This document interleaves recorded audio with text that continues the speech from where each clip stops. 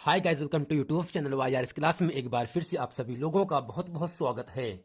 तो दोस्तों, आज के इस पूरे वीडियो में कक्षा 10वीं से हिंदी, जैसा कि दोस्तों सेट नंबर 2020 801 एमबी कोड में जितने भी प्रश्न थे, उन सभी प्रश्नों को इसके पहले के वीडियो में मैंने आप लोगों को अच्छी तरीके से बता दिया था। यदि आपने अभी तक वो वीडियो नहीं देखे हैं तो नीचे डिस्क्रिप्शन में लिंक दिया है, वहां पर उस वीडियो को देख सकते हैं। तो दोस्तों, यहां से सेट नंबर 3 2020 801 एमसी कोड में दोस्तों प्रश्न नंबर 1 का आपके सामने कह रहा है, निम्नलिखित कथनों में से कोई एक कथन सही है, उसे पहचान कर लिखिए। पहला है, पद्मलाल पुन्नालाल बख्शी महाकवि के रूप में प्रसिद्ध हैं। दूसरा है, करुणा नामक निबंध के लेखक डॉक्टर संपूर्णानंद हैं। तीसरा है, संस्कृत के 4 अध्याय के लेखक रामधारी सिंह दिनकर हैं। चौथा है, कुटज के लेखक जयप्रकाश भारती हैं। तो दोस्तों, जो प्रश्न नंबर 1 का है, उसमें कह रहा है कोई एक कथन सही है। सही कथन पर आपको निशान लगाना है। अब दोस्तों, इन चारों कथनों को पढ़ने के बाद जो निष्कर्ष निकल कर आ रहा है, वह यहां से ऑप्शन नंबर आपका तीसरा सही है, संस्कृत के 4 अध्याय। यह दोस्तों एक रचना है जिसके दोस्तों रचनाकार या लेखक रामधारी सिंह दिनकर जी हैं, जो कि दोस्तों इन चारों ऑप्शन में ऑप्शन नंबर आपका यहां से तीसरा सही है। अब दोस्तों, प्रश्न नंबर यहां से खाप के सामने कह रहा है, निम्नलिखित कृतियों में से किसी एक कृति के लेखक का नाम लिखिए। दोस्तों, पहला है बर्फ की गुड़िया है। दूसरा है तुम चंदन हम पानी। तीसरा है विचार वे थी। चौथा है कंकाल। तो दोस्तों, यहां से प्रश्न नंबर ग कह रहा है, भेंट वार्ता विधा के किसी एक लेखक का नाम लिखिए। घ है, किसी एक महिला कहानीकार का नाम लिखिए। अंग है, मेरी कॉलेज डायरी के लेखक का नाम लिखिए। अब दोस्तों, यहां से प्रश्न नंबर 2 का आपके सामने का कह रहा है, छायावादी काव्य की 2 प्रमुख विशेषताएं लिखिए। ख है, प्रयोगवादी काव्यधारा के किन्हीं 2 कवियों के नाम लिखिए। अब दोस्तों, प्रश्न नंबर ग है, निम्नलिखित रचनाओं में से किसी एक की रचनाकार का नाम लिखिए। पहला है पिघलते पत्थर। दूसरा है पद्माभरण। तीसरा है प्रिय प्रवास। चौथा है द्वापर। आइए दोस्तों, चलते हैं इन सभी जितने प्रश्न हम पढ़ के सुनाए हैं, इन सभी प्रश्नों को अच्छे तरीके से हम जानते हैं। तो दोस्तों, प्रश्न नंबर 1 के खा में आपको दिया गया कृति, आपको लेखक का नाम लिखना है। पहला दोस्तों क्या होगा, बर्फ की गुड़िया है, जिसके दोस्तों लेखक कौन है, जयप्रकाश भारती हैं। यानी बर्फ की गुड़िया कृति एक रचना है जिसके दोस्तों लेखक या रचनाकार जयप्रकाश भारती हैं। दूसरा है तुम चंदन हम पानी के लेखक का नाम दोस्तों क्या होगा, विद्यानिवास मिश्र हैं। और दोस्तों, तीसरा है विचार विधि के लेखक का नाम क्या होगा दोस्तों, आचार्य रामचंद्र शुक्ल जी हैं। विचार विधि आचार्य रामचंद्र शुक्ल हैं। और जबकि कंकाल, यह दोस्तों जयशंकर प्रसाद की रचना है। तो दोस्तों, यहां से बर्फ की गुड़िया जयप्रकाश भारती, तुम चंदन हम पानी विद्यानिवास मिश्र, विचार विधि आचार्य रामचंद्र शुक्ल, कंकाल जयशंकर प्रसाद, यह सब दोस्तों ये आपका कृति है। इन चारों कृतियों के लेखक दोस्तों आपके सामने हैं। इसको दोस्तों अच्छे तरीके से आप लोगों को याद कर लेना है। अब दोस्तों, यहां से प्रश्न नंबर ग आपके सामने कह रहा है, भेंट वार्ता विधा के किसी एक लेखक का नाम लिखिए। भेंट वार्ता विधा के किसी एक लेखक का नाम लिखिए। अब दोस्तों, इसका उत्तर क्या होगा, राम स्वरूप चतुर्वेदी। भेंट वार्ता विधा के एक लेखक दोस्तों कौन है, राम स्वरूप चतुर्वेदी है। प्रश्न नंबर घ है, किसी एक महिला कहानीकार का नाम लिखिए। किसी एक महिला कहानीकार का नाम लिखिए। अब दोस्तों, यहां से इसका उत्तर क्या होगा, मन्नू भंडारी। यह दोस्तों एक कहानीकार महिला हैं। कौन है दोस्तों? मन्नू भंडारी हैं, यानी मन्नू भंडारी एक कहानीकार महिला हैं। अब दोस्तों अंगा है मेरी कॉलेज डायरी के लेखक का नाम लिखिए। तो दोस्तों इसका उत्तर क्या होगा? डॉक्टर धीरेन्द्र वर्मा। तो मेरी कॉलेज डायरी के लेखक डॉक्टर धीरेन्द्र वर्मा हैं। और दोस्तों प्रश्न नंबर 2 का यहां से आपके सामने कह रहा है, छायावादी काव्य की 2 प्रमुख विशेषताएं लिखिए। अब दोस्तों यहां से इसके उत्तर में लिखते हैं नंबर 1 करके, सौंदर्य भावना, दूसरा है प्रकृति का मानवीकरण। तो दोस्तों छायावाद काव्य की 2 विशेषता क्या होगा? सौंदर्य भावना है और प्रकृति का मानवीकरण है। अब दोस्तों प्रश्न नंबर 2 का खा कह रहा है, प्रयोगवादी काव्यधारा की प्रयोगवादी काव्यधारा के किन्हीं 2 कवियों के नाम लिखिए। पहला यहां से होगा अज्ञेय, दूसरा है भवानी प्रसाद मिश्र। दोस्तों भवानी प्रसाद मिश्र और अज्ञेय, यह दोस्तों दोनों 2 प्रयोगवादी काव्यधारा के कवि हैं। 2 अज्ञेय और भवानी प्रसाद मिश्र 2 प्रयोगवादी काव्यधारा के कवि हैं।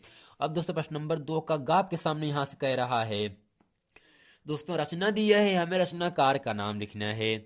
पहला है पिघलते पत्थर पद्माभरण, तीसरा है परिप्रवास, चौथा है द्वापर। तो दोस्तों पिघलते पत्थर के जो रचनाकार हैं वह दोस्तों रोंगे राघव हैं, रोंगे राघव हैं। और पद्माभरण के जो रचनाकार हैं दोस्तों वह आपके पद्माकर जी हैं। परिप्रवास अयोध्या सिंह उपाध्याय, जिसे दोस्तों हम हरि औध के नाम से जानते हैं, यानी प्री प्रवास के जो रचनाकार हैं अयोध्या सिंह उपाध्याय हरि औध हैं। और दोस्तों यहाँ से जो आपका चौथा है द्वापर है, इस द्वापर के जो रचनाकार हैं वह दोस्तों आपके मैथिली शरण गुप्त हैं। दोस्तों आशा करते हैं प्रश्न नंबर 1 और प्रश्न नंबर 2 के जितने भी खंड हैं उन सभी खंडों को अच्छे तरीके से आप लोगों को समझ में आ गया होगा। अब दोस्तों यहां से जो प्रश्न नंबर 3 कह रहा है, निम्नलिखित गद्यांशों में से किसी एक के नीचे दिए गए प्रश्नों को उत्तर दीजिए। दोस्तों आशा करते हैं इस गद्यांश को आप अच्छे तरीके से कर लोगे। जब तक आप वो हर पाठ को अच्छे तरीके से नहीं पढ़ोगे तो इसका गद्यांश आप नहीं कर पाओगे। तो इसमें दोस्तों ये पूछता है संदर्भ सहित व्याख्या कीजिए। और दोस्तों संदर्भ में किस पाठ से आया है और उस पाठ की रचनाकार या लेखक कौन है, ये चीजें आपको हर हाल में याद होना पड़ेगा, तभी आपको संदर्भ लिख पाओगे, तभी आपको 2 नंबर की प्राप्ति हो जाएगी। अब दोस्तों यहां से आपके सामने कह रहा है, जो प्रश्न नंबर दोस्तों 5 कह रहा है यहां से, निम्नलिखित लेखकों में से किसी एक लेखक का जीवन परिचय दीजिए। डॉक्टर राजेंद्र प्रसाद जी हैं, जयप्रकाश भारती हैं, भगत उपाध्याय जी हैं। दोस्तों आपको जीवन परिचय भी याद कर लेना है और आपको 3 नंबर के लिए दिया जाएगा। तो खा है निम्नलिखित कवियों में से, तो दोस्तों यहां से लेखक का जीवन परिचय और कवि का जीवन परिचय आपसे पूछेगा। किसी एक कवि के जीवन परिचय दीजिए तथा उसकी किसी एक रचना का नाम लिखिए। दोस्तों पहला है माखन चतुर्वेदी है, तुलसीदास हैं, अशोक वाजपेयी हैं। दोस्तों हमें एक आपका लेखक का जीवन परिचय लिखना है, एक आपका कवि का जीवन परिचय लिखना है। तो दोस्तों आशा करते हैं लेखक का और कवि का जीवन परिचय अच्छे तरीके से आप लोग याद कर लेंगे। अब दोस्तों यहाँ प्रश्न नंबर 6 कह रहा है, निम्नलिखित का संदर्भ सहित हिंदी में अनुवाद कीजिए। दोस्तों गद्यांश आपके सामने यहां से है, एकदा बहवः जनाः धूमयानं रेल आरुह नगरं प्रति गच्छन्ति अस्म, तेषु केचित् ग्रामीणाः केचित् नागरिकाः आसन्, मौनं स्थितेषु तेषु एकः नागरिकः ग्रामीणान् उपहसन् अकथयत्, ग्रामीणाः अद्यपि पूर्ववत् अशिक्षिताः अज्ञास्यन्ति, न तेषां विकासः अभवत् न च भवितुं शक्नोति। दोस्तों अब यहाँ से प्रश्न नंबर 6 में एक प्रश्न आपको दिया होगा, एक दोस्तों आपको एक पूछेगा अथवा में, तो इन दोनों में केवल आपको एक ही करना है। अब दोस्तों यहाँ से हम समझ लेते हैं। तो इसमें कह रहा है संदर्भ सहित व्याख्या कीजिए, हिंदी में अनुवाद करना है। दोस्तों आप हेडिंग करते हैं संदर्भ, यानी ये किस पाठ से आया है और ये किसके बारे में बताया गया है। अब दोस्तों यहां से लिखेंगे संदर्भ में, प्रस्तुत गद्य अवतरण संस्कृत परिचायिका के अंतर्गत संकलित पाठ प्रबुद्धो ग्रामीण से लिया गया है। अब दोस्तों हेडिंग करते हैं हिंदी में अनुवाद। दोस्तों यहां से कह रहा है, एकदा बहवः जनाः धूमयानम आरुह्य नगरम प्रतिगच्छन्ति स्म। तो एकदा का मतलब एक बार, बहवा का मतलब बहुत से, बहवा का मतलब बहुत से, जनाह माने मनुष्य, धूमयानम का मतलब रेल, आरूहा माने चढ़कर, आरूहा माने चढ़कर, नगर, हाँ नगरम प्रतिगच्छन्ति स्म का मतलब दोस्तों होता है नगर की ओर जा रहे थे। एकदा बहवः जनाः धूमयानम आरूह्य नगरम प्रतिगच्छन्ति स्म। एक बार बहुत से मनुष्य रेलगाड़ी में चढ़कर नगर की ओर जा रहे थे।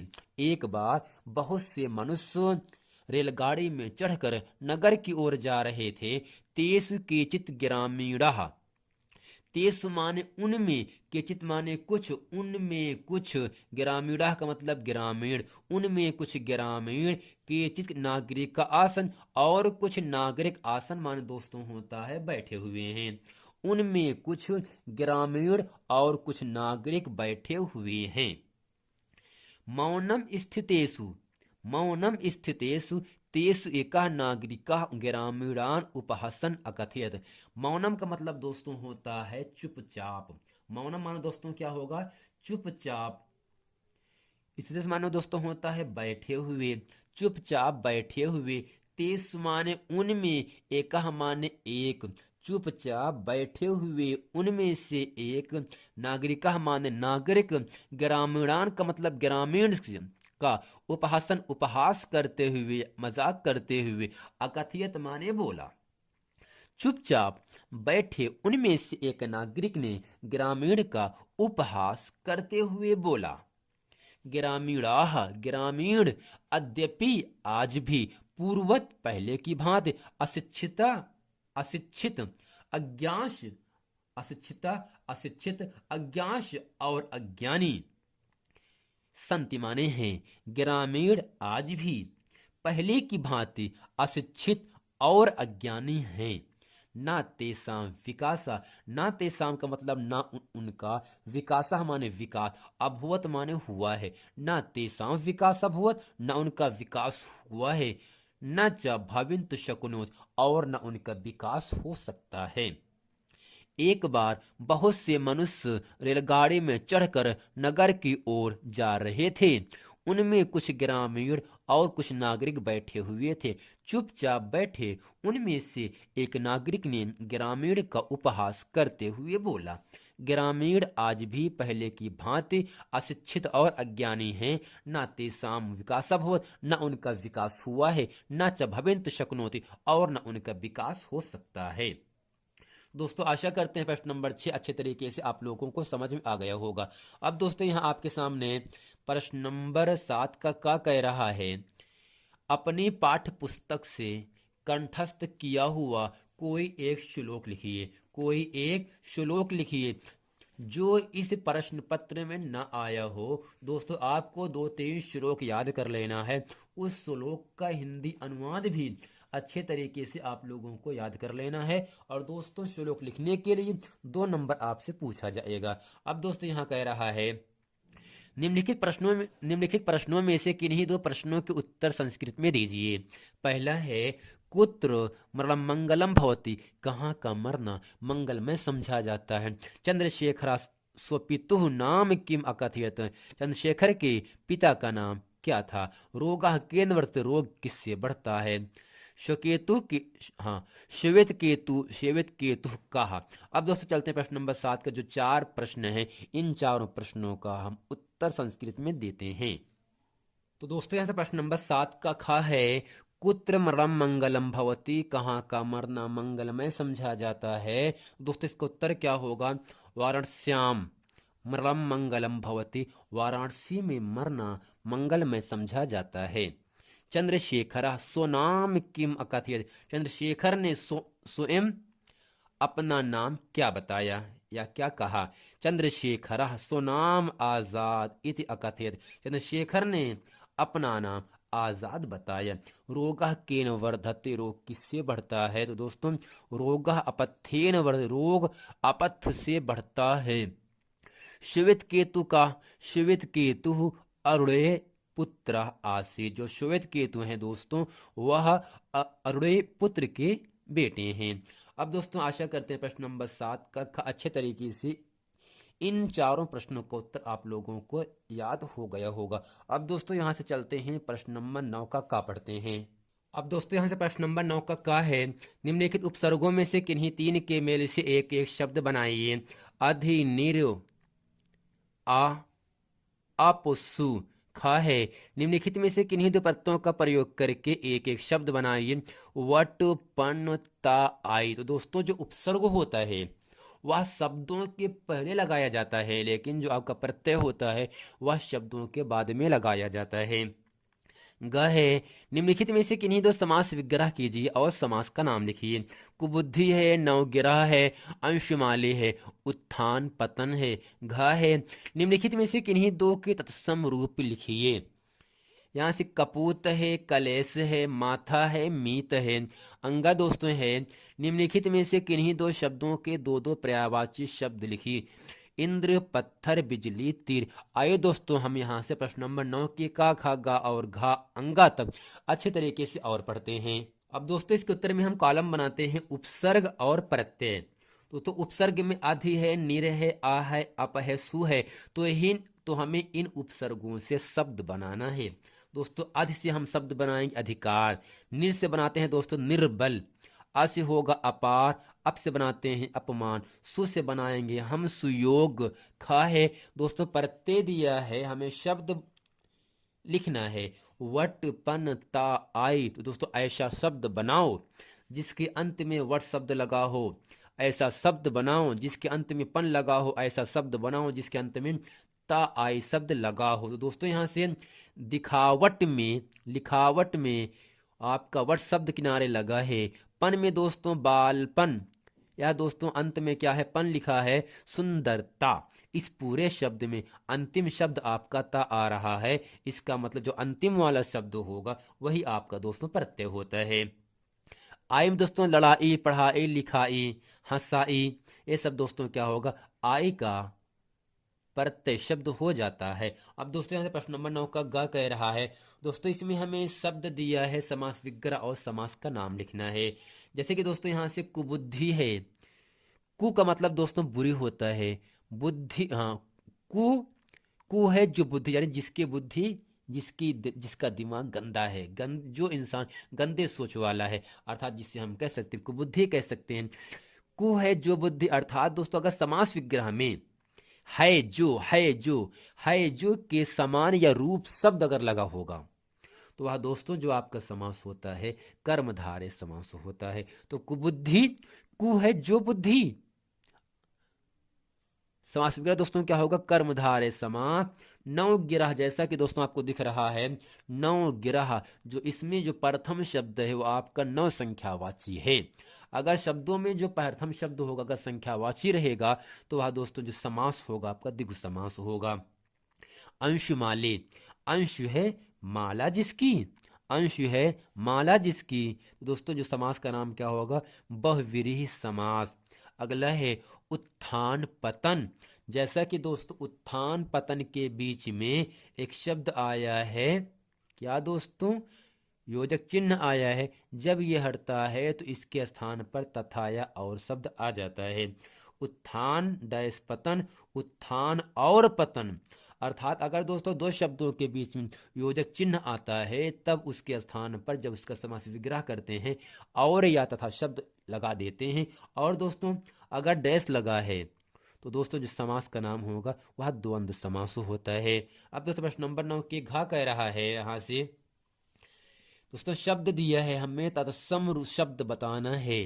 तो दोस्तों हम करते क्या है, यहाँ से कपूर का दोस्तों कुपुत्र होता है, कलेश का कलेश होता है, माथा का मस्तक होता है जिसे इंग्लिश में फोरहेड कहते हैं। दोस्तों मीत को हम कहते हैं मित्र। तो दोस्तों मित्र माने मीत होता है, माथा को मस्तक कहते हैं, कलेश को कलेश कहते हैं, कुपुत्र माने दोस्तों क्या होगा, कपूत होता है।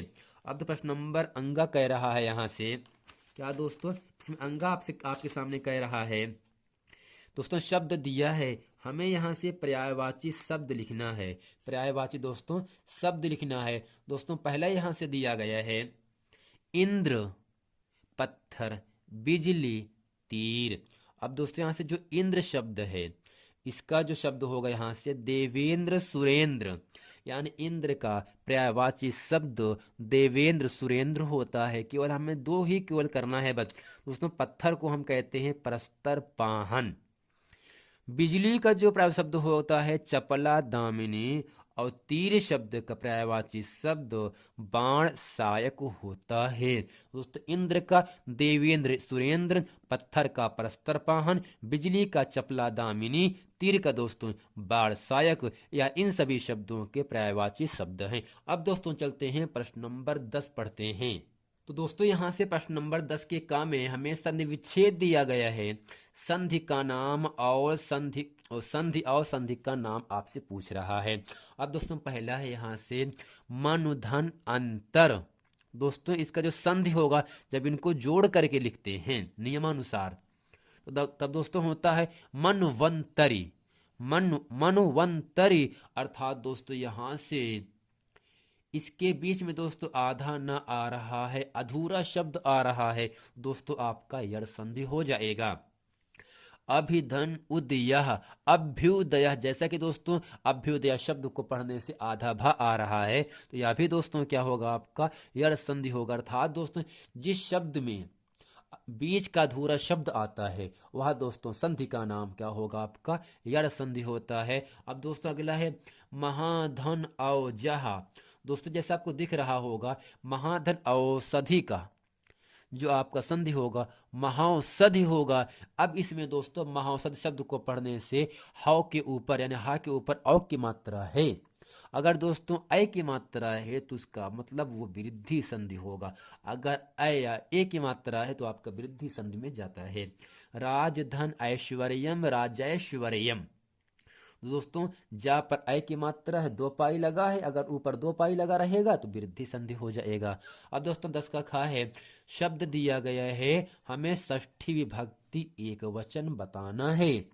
मधु का अर्थात नदी का षष्ठी विभक्ति एक वचन क्या होगा दोस्तों? मधु का षष्ठी विभक्ति एक वचन मधुनः होता है, और नदी का षष्ठी विभक्ति एक वचन नद्या होता है। तद शब्द का षष्ठी विभक्ति एक वचन तस्य होता है, और युष्मत शब्द का षष्ठी विभक्ति एक वचन दोस्तों तो होता है। अब दोस्तों प्रश्न नंबर 10 का आपके सामने गा कह रहा है। दोस्तों में शब्द दिया गया है धातु लकार पुरुष वचन आपसे दोस्तों पूछ रहा है। दोस्तों पहले यहाँ से पठथ। दोस्तों जो पठथ है यह दोस्तों पठ धातु से है। पठ धातु में लकार आपका लट लकार है, और दोस्तों लट लकार के साथ जो आपका पुरुष होगा मध्यम पुरुष होगा, और जो आपका वचन है बहुवचन है। आह सताम दोस्तों हस धातु से है। आह सताम आपका लड लकार है। आह सताम आपका प्रथम पुरुष है। आह सताम आपका द्विवचन है। पश्यतु दोस्तों पश्यतु का जो धातु रूप होगा वह दोस्तों आपका दृश्य होता है। तो दोस्तों दृश्य का मतलब देखना होता है, तो पश्यतु लोट लकार में जाता है। दोस्तों पश्यतु जो होगा आपका प्रथम पुरुष पश्यतु एक वचन में जाएगा।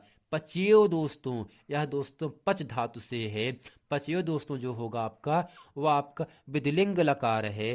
पचयो दोस्तों आपका उत्तम पुरुष है, और पचयो दोस्तों आपका द्विवचन है। दोस्तों आशा करते हैं सेट नंबर 3 2020 801 एमसी कोड में जितने भी खंड हैं उन सभी खंडों को अच्छे तरीके से मैंने इस पूरे वीडियो में अच्छे तरीके से बता दिए। दोस्तों इसमें केवल आपको गद्य का जो गद्यांश दिया जाएगा इसको तैयार कर लेना है, ये किस पार्ट से आया है, और दोस्तों इसके साथ आपका जीवन परिचय आपको याद करना है।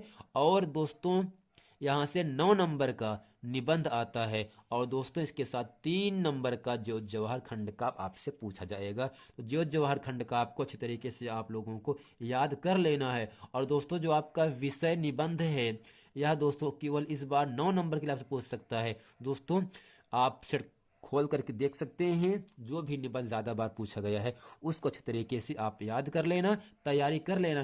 केवल दोस्तों निबंध में हेडिंग अगर आप बनाकर लिख देंगे तो दोस्तों आपको फुल नंबर यानी पूरा नंबर कंप्लीट मिल जाएगा। दोस्तों आशा करते हैं ये पूरा प्रश्न वीडियो अच्छे तरीके से आप लोगों को समझ में आ गया होगा। मिलते हैं दोस्तों नेक्स्ट वीडियो में, तब तक के लिए थैंक यू।